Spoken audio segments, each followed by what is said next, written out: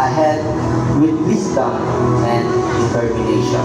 Seize opportunities, embrace learning, and never forget the foundation that has been built for you by this very own institution, your alma mater.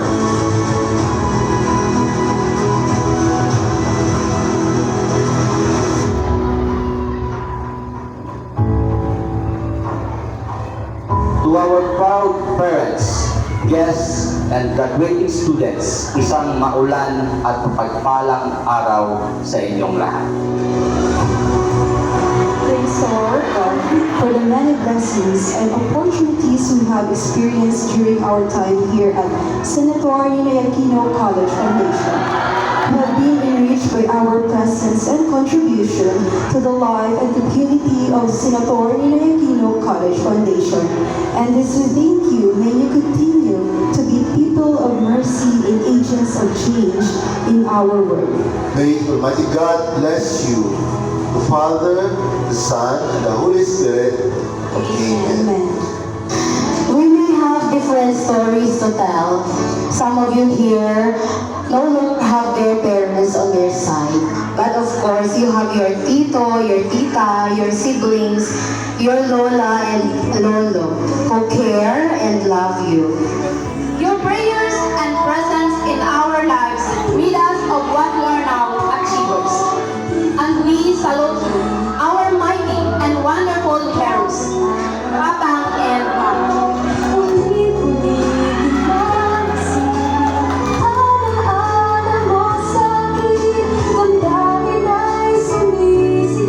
Alam ba, dahil yung mga magulang ay mga pushers. Nandiyan sila sa likod to push you para kayo yung magandang buhay. Hindi lang sila sa likod. Sila sa likod. At the same time, hindi lang sila mga pushers, ano sila, pushers. In the sense na, while we give you a certain autonomy and freedom, kasi nasa unahan kayo, we push you. Nandiyan sila upang saluhin kayo makaya ang kisa. Kung may mabigat kayong problema o pinagdaraanan, nandiyan lang sila.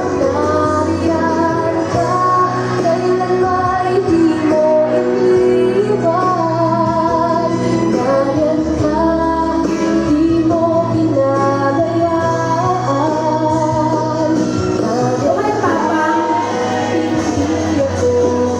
Pang, gusto ko lamang pasalamat sa inyo. And to my mama, my partner in crime sa kautaman, hindi may bayad sa tuition. Salamat sa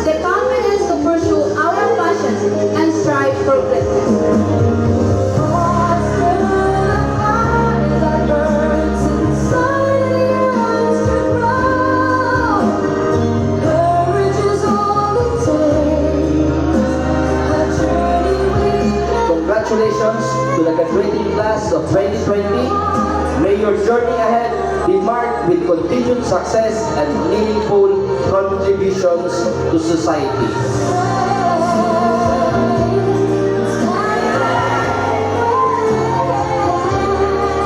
As a fourth-year advisor, thank you so much for giving me an experience na kahit gaano kahirap.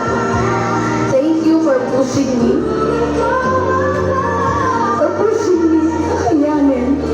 Magkahita na. After all, ang hirap i-handle ng 121 students.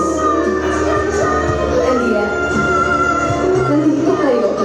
And I'm proud to say that my 121 students will be no longer my students after this day. Congratulations! Palangga ka mo ni Ma'am. As we close this door and open another, a big thank you for all your hard work, discipline, and love. Attitudes and behavior. Kasi hindi gusto ni Ma'am Iris as well as the teachers in Senator Nina Aquino College Foundation na aalis kayo dito na hindi nasa tamang landas. Thank you so much for the love and care, especially the respect you have given to me as your advisor.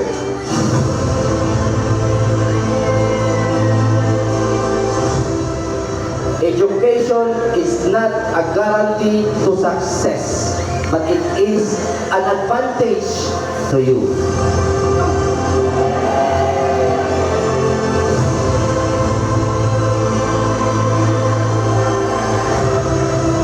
Thank you so much from the bottom of my heart. Thank you so much, Batch Imperial 2025. This is not just the end.